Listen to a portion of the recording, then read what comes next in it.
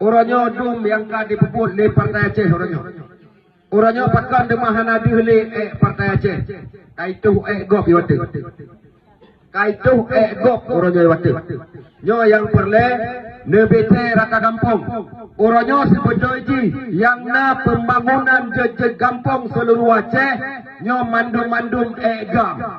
Nyo menyobat dasar gam. Cuma pakan hana dihle gam orangnya. Karena kaitu bermacam warna dia tu gam. Orangnya dipegah dewannya. Apabila partai gam menang lambung Aceh, maka Aceh akan lahir referendum. Yo konsep Jakarta.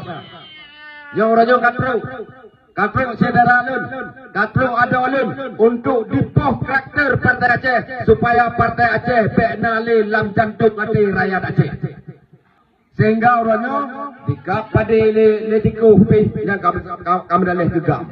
Kamu dalih ke Partai Aceh. Metun orang melahirkan pi yang kamu dalih ke Partai Aceh. Urusan yang sebetulnya. Nyo yang perle lu sampaikan ba orang rono. Orangnya benar depo. Nyo long pegah rahasia negara long tanggung jawab. Apabila itu siap. Nyo long tanggung jawab. Orangnya 12 orang. Pompon tak bentuk partai lokal. Partai GAM. Partai Aceh.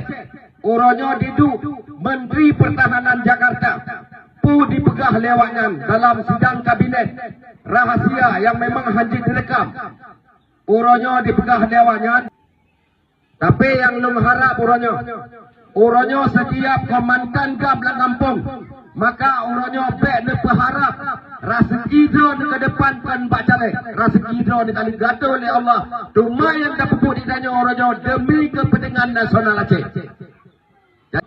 Dana osus Aceh, orangnya mulai pun damai Aceh yang kadijuk dana osus Aceh, 10 triliun hijau. 10 triliun hijau Aceh yang sepopeng. Dana osus yang urangnya dimati le rakyat Aceh yang sepopeng. Nyo perle lembaga yang mandum dana kompensasi perang yang dipegot le bangsa Aceh berasa. Prenijak mubat. Tak pegat jalan mulai simpang lebu tumbuh kena. Nyo bandung-bandung dengan dana osus. Tak pegat balai orangnya. Balai-balai dayah-dayah yang kaji bertingkat-tingkat orangnya. Nyo bandung-bandung dengan dana osus berasa.